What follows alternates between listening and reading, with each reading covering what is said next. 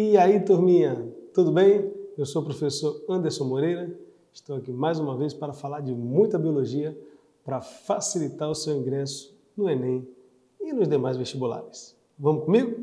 Hoje nós vamos estudar um assunto muito frequente no Enem e eu vou lhe mostrar isso com as questões. Vamos falar sobre cariologia ou estudo do núcleo. Cario, núcleo, logia, estudo. Vamos para o estudo do núcleo, estruturas e cromossomos. Vamos nessa? Vamos lá.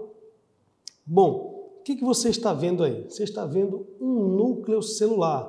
Pense que em volta dessa estrutura que você está vendo na figura, tem o citoplasma. O citoplasma tem a membrana plasmática, lembrando, é membrana plasmática, citoplasma e núcleo. Aí em destaque apenas o núcleo. Observe que o núcleo é contínuo com o retículo endoplasmático, que é essa estrutura endomembranosa cheia de voltinhas aí, com essas bolinhas aí que são os ribossomos. Está lembrado do ribossomo? O ribossomo é a estrutura responsável por fazer a síntese de proteínas, a produção de proteínas. Vamos estudar detalhadamente cada estrutura aí desse núcleo. Primeiramente, eu peguei o interior do núcleo e veja que o núcleo parece que tem um núcleo do núcleo. Esse núcleo do núcleo é o nucleolo, que também pode ser chamado de plasmossomo. Não é muito comum, mas ele também pode ser chamado de plasmossomo. Então, falou em nucleolo ou plasmossomo, essa estrutura que parece o núcleo do núcleo. Preciso fazer a ressalva de que o nucleolo, o que ele faz? A síntese das subunidades ribossomais. É ele que vai dar origem aos ribossomos. Nós vamos estudar isso aí com certo detalhe, tá bom? Esses fiozinhos que você está vendo aí, né, dentro do núcleo, é o que há de mais importante no núcleo. É o material genético, que é o DNA. E o que significa ácido desoxirribonucleico? Repita comigo, vá. Ácido desoxirribonucleico, às vezes é desoxissó, não, desoxirribonucleico. Vamos lá? Ácido desoxirribonucleico, que é a molécula responsável pela hereditariedade, a transmissão das informações hereditárias. Seguindo, nós temos ali em cima a membrana do núcleo, que você pode chamar de envelope nuclear ou carioteca. Cário, núcleo, teca, envoltório. O envoltório do núcleo é a carioteca. Legal, gente? Tranquilo? Então vamos nessa. Como você pode ver, a carioteca tem uma ou duas membranas. Duas membranas. A que está do lado de fora é a membrana externa, a que está do lado de dentro é a membrana interna. Então aí no envelope nuclear tem duas membranas. Peço a atenção de vocês que do lado de fora apresenta ribossomo na carioteca, do lado de dentro não. Do lado de fora tem ribossomo porque a membrana externa do núcleo vai ser contínua com o retículo endoplasmático granuloso, né? O retículo endoplasmático rugoso, que tem os ribossomos. Então, membrana externa do núcleo com ribossomo, a interna sem ribossomo. Entre uma membrana e outra, você tem aí o espaço perinuclear. Esse prefixo peri quer dizer entre uma coisa e outra. Então, é o espaço perinuclear. Bom, agora ali mostrando as aberturas. Você está vendo que o núcleo se comunica com o citoplasma. Ele tem os poros. Como é que eu chamo esses poros? De poros mesmo. Ou simplesmente complexo de poros, que vai fazer a troca das substâncias entre o núcleo e o citoplasma. Por exemplo, o nucleolo vai dar origem às subunidades ribossomais, que vai formar os ribossomos. Essas subunidades precisam ir para o citoplasma, porque a síntese de proteínas só acontece no citoplasma. Vai sair por onde? Pelos poros. Já existem proteínas que migram para o núcleo, como por exemplo para formar as subunidades ribossomais. Como é que essas proteínas entram no núcleo? Através dos poros, tá? Algumas ressalvas que eu preciso fazer. O núcleo tem forma. O núcleo não é uma coisa amorfa. Ele tem uma estrutura de sustentação. Ele tem um citoesqueleto, como se fosse um citoesqueleto do núcleo. Esse citoesqueleto do núcleo é a lâmina nuclear, que é feita de filamentos intermediários.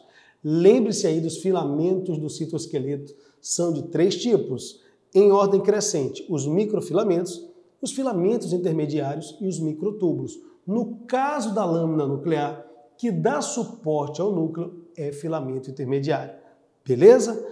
Outra coisa que eu preciso fazer uma ressalva. Até pouco tempo atrás, nós diríamos que dentro do núcleo não tem nenhum organoide propriamente, mas se descobriu em 1997, e com outros estudantes elucidando a sua funcionalidade, o retículo nucleoplasmático, RN, né? Como se fosse um retículo endoplasmático dentro do núcleo. Inclusive teve participação de estudantes da Universidade Federal de Minas Gerais na elucidação do que faz essa estrutura. E se descobriu que ela armazena íon de cálcio. O cálcio parece ser um interruptor para vários processos dentro do núcleo, como, por exemplo, divisão celular, regulação gênica, apoptose, que é a morte celular programada. Então, esses íons de cálcio, armazenados nos retículos nucleoplasmáticos, exercem várias funções importantes da célula que são comandadas pelo núcleo. Beleza? Muita novidade, né? Muita coisa importante, muita coisa legal. Mas vamos em frente. Bom, e ali o que a setinha está mostrando são os ribossomos que estão presentes na membrana externa do núcleo. Mais uma coisa importante. A membrana nuclear, né, o envelope nuclear, que é a carioteca, vai ter todas as funções da membrana plasmática. Ah, professor, esqueci. Vai lá na aula de membrana plasmática que tem todas as propriedades e funções. Vou lhe ajudar, vou lembrar algumas, tá? Ela vai ser responsável pela proteção, pela permeabilidade seletiva, que entra e sai, vai ter elasticidade, resistência elétrica. Todas essas propriedades a carioteca também tem, exceto a capacidade de regeneração. A membrana plasmática pode sofrer uma lesão, desde que não seja uma lesão muito grave, e ela pode se recompor numa autocelagem. A carioteca não. Se ela for rompida, ela não terá essa capacidade de regeneração. Ok? Então vamos seguindo aí as estruturas. Alguns conceitos. Tudo que eu falei aí agora, só que escrito para você gravar e copiar no seu caderno, hein? Você que é estudante tem que estar aí na mão, com o caderno na mão, escrevendo tudo e anotando tudo para não se perder. Tá? O envelope nuclear é uma membrana dupla lipoproteica de lipídio e proteínas que reveste o núcleo. Está aí a figurinha. Espaço perinuclear é o espaço entre a membrana externa e a membrana interna. Os poros, também chamado de anule, é uma nomenclatura que está meio em desuso chamar esses poros de anule, mas se algum vestibular colocar, né, o nome anule, você já sabe que são os poros da carioteca. O núcleo, gente, é uma bola cheia de furinho, uma bola cheia de buraquinho. E aí você consegue entender bem como é essa estrutura. Então são aberturas que permitem a troca de substâncias entre o núcleo e o citoplasma. A cariolinfa, que também pode ser chamada de nucleoplasma, nada mais é do que o citoplasma do núcleo. É onde tudo que está ali no núcleo está mergulhado. Tá bom? É o citoplasma. Você lembra o que acontece no citoplasma? No citoplasma ocorrem as reações químicas. E no nucleoplasma ou cariolinfa, as reações químicas do núcleo. Por exemplo, a replicação do DNA acontece no núcleo, a transcrição acontece no núcleo. Então tem uma série de processos e de reações que acontecem no nucleoplasma ou cariolinfa, tá bom? Citoplasma, reações químicas. Cariolinfa, nucleoplasma, as reações químicas do núcleo. Tranquilo? Sem dificuldade, hein, galera? Nenhuma. E o nucleoplasmossomo é como se fosse o núcleo do núcleo, tá? É um corpúsculo denso, amembranar, olha, não tem membrana. Na verdade, o núcleo não é um organoide, ele é só um acúmulo de material, como a gente vai ver, tá presente no interior do núcleo. É responsável pela síntese. Síntese é o que, galera? Produção, tá? Pela produção das subunidades dos ribossomos. Olha essas imagens aí, que bacana, que eu vou mostrar para vocês. Essa imagem aí é um núcleo visto ao microscópio eletrônico. Ali estou mostrando o que seria um poro numa foto real, ampliado, ó, o poro do núcleo e mais pertinho aí para você ver como isso ficaria numa microfotografia eletrônica, tá bom? Vamos lá. As estruturas do núcleo ao ME. O que é ME, gente? Microscópio eletrônico, tá bom? Então, olha aí.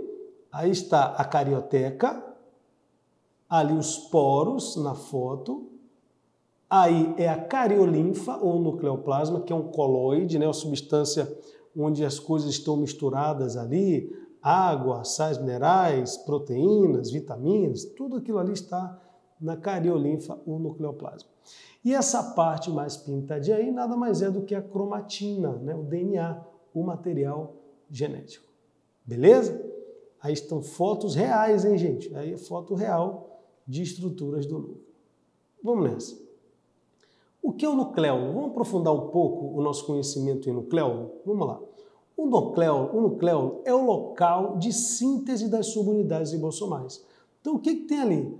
RNA ribossômico, proteínas. Por que o RNA ribossômico? Porque o nome dele é esse? Porque ele vai formar os ribossomos, junto com proteínas que vieram do citoplasma, entraram pelos poros no núcleo, que vão interagir com esse RNA e formar os grãos de ribonucleoproteína.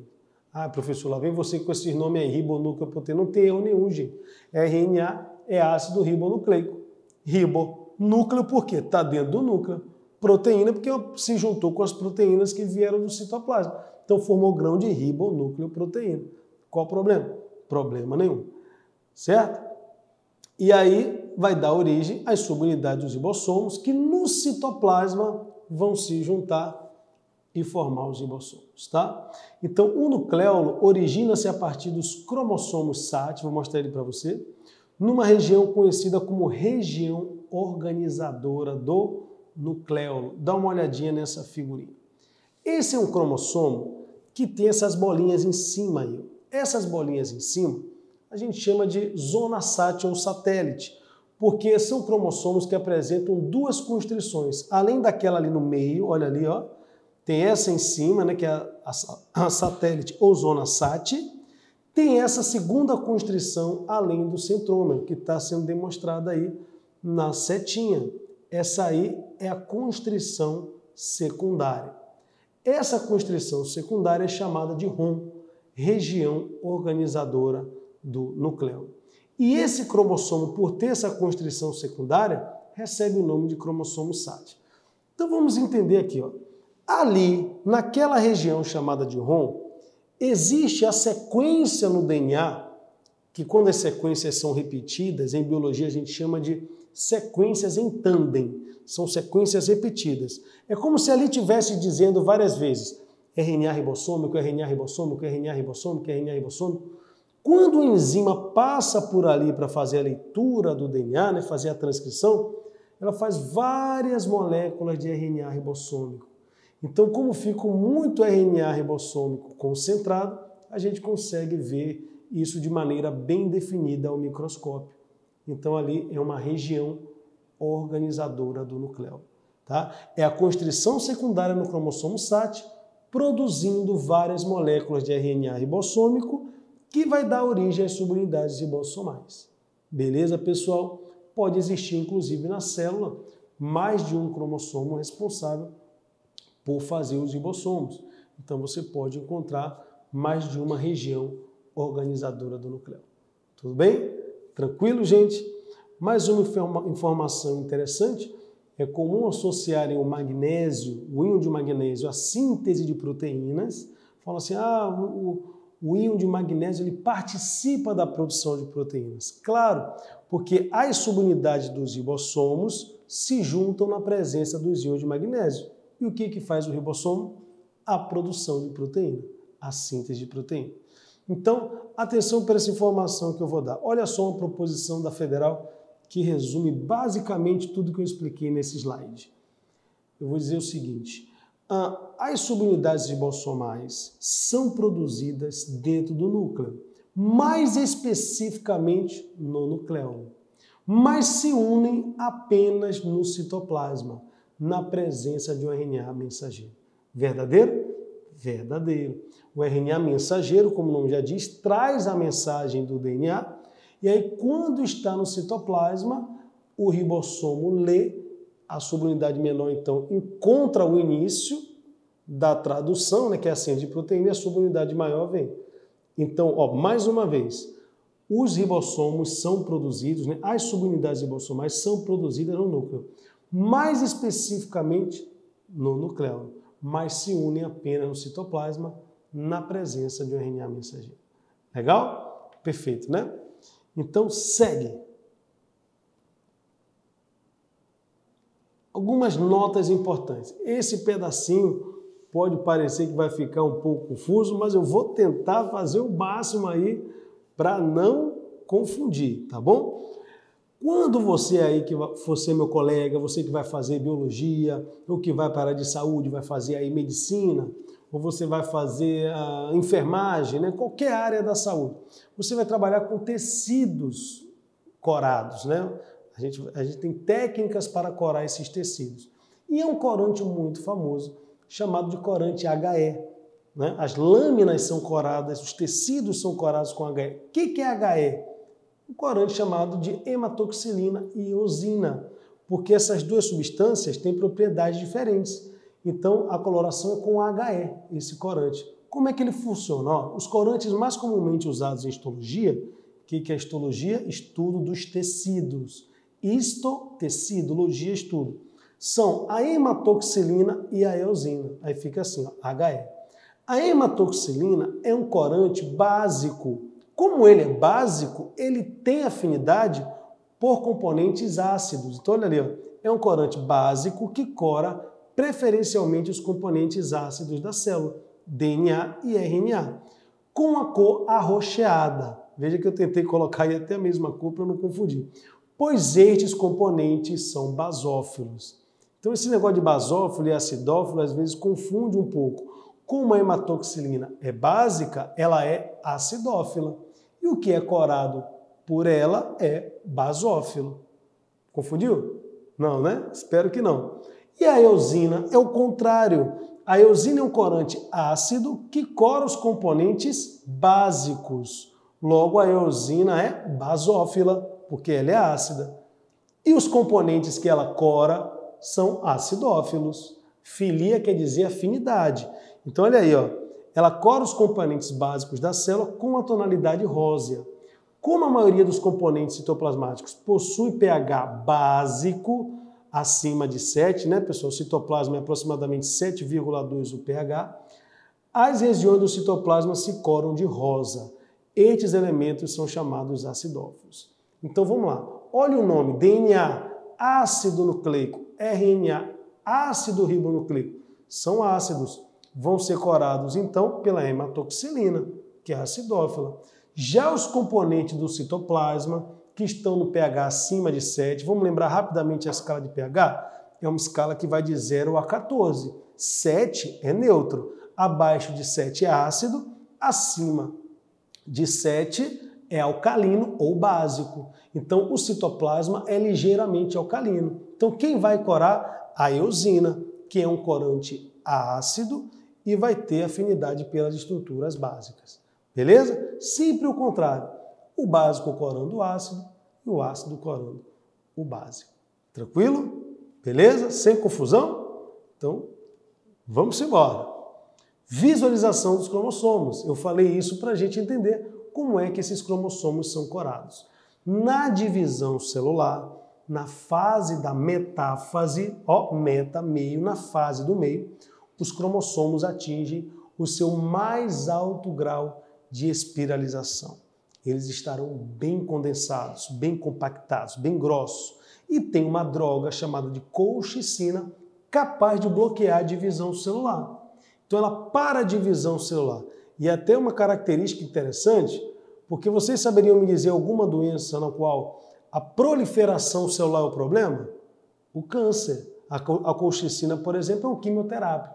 Ela consegue bloquear a divisão celular na metáfase, quando os cromossomos estão mais grossos, mais espiralizados.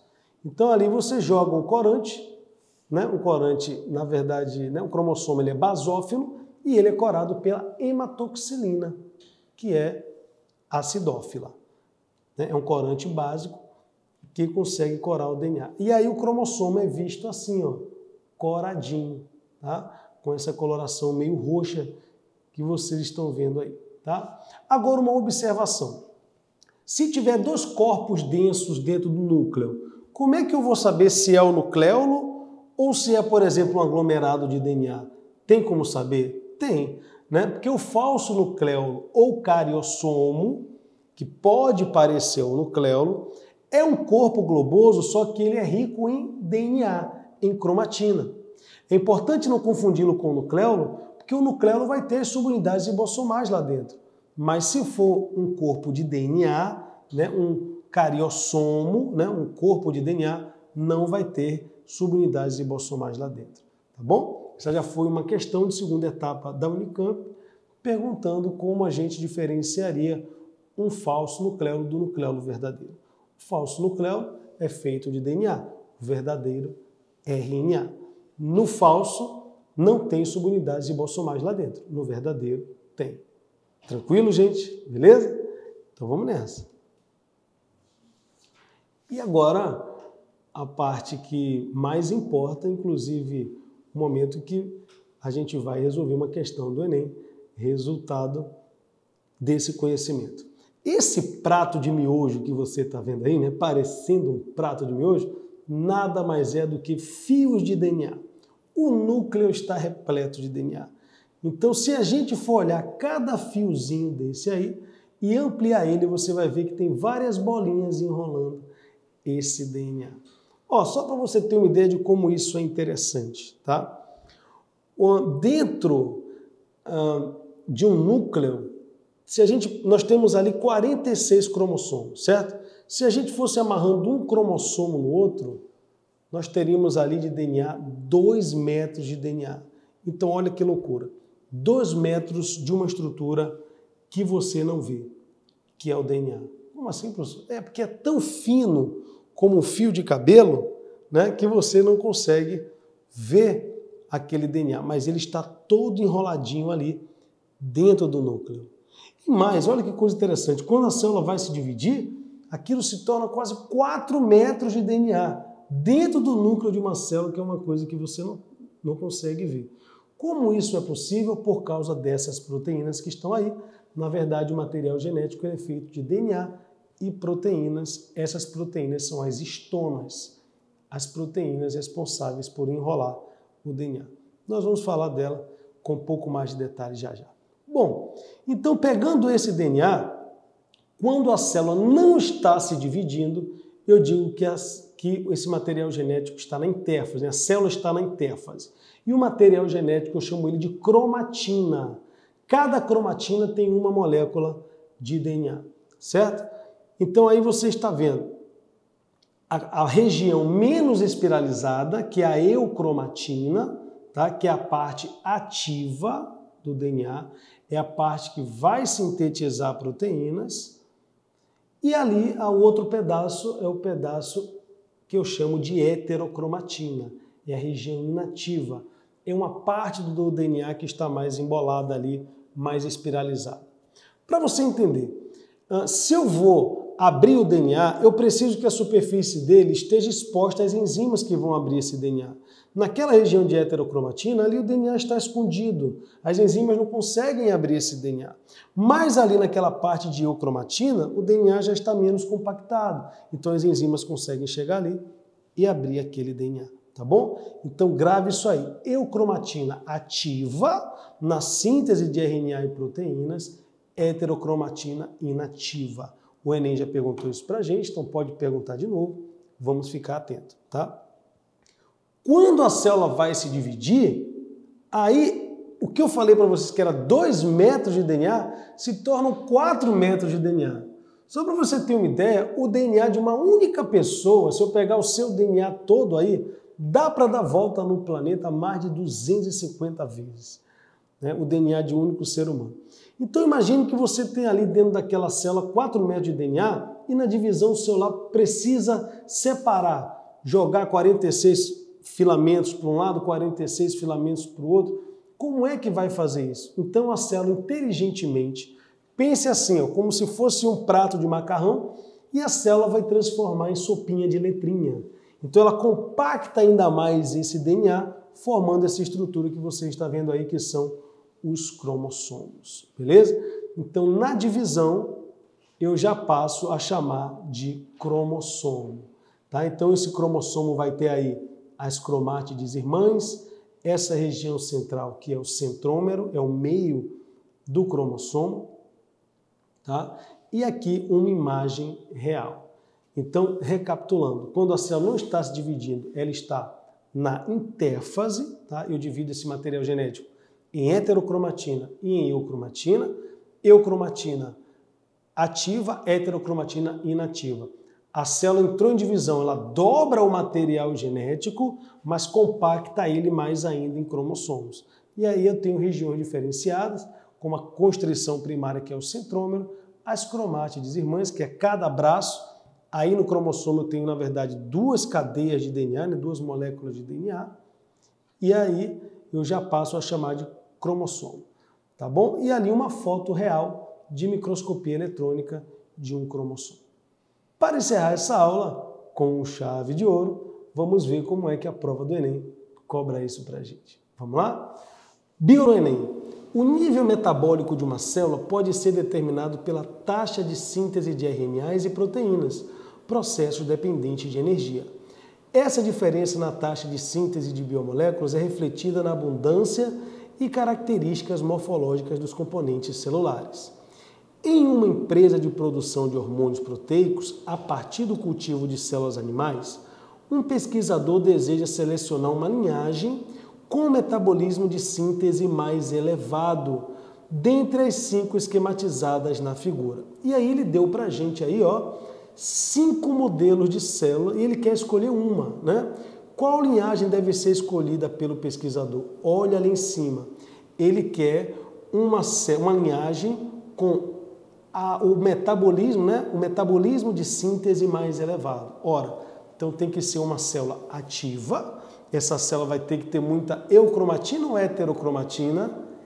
Eucromatina. Eu quer dizer verdadeiro. A cromatina ativa na síntese de RNA. Então nós vamos escolher a célula que tem mais eucromatina. E se eu estou falando de metabolismo, preciso de energia. Qual é a estrutura que dá energia para a célula? Isso aí você já estudou, hein? É a mitocôndria.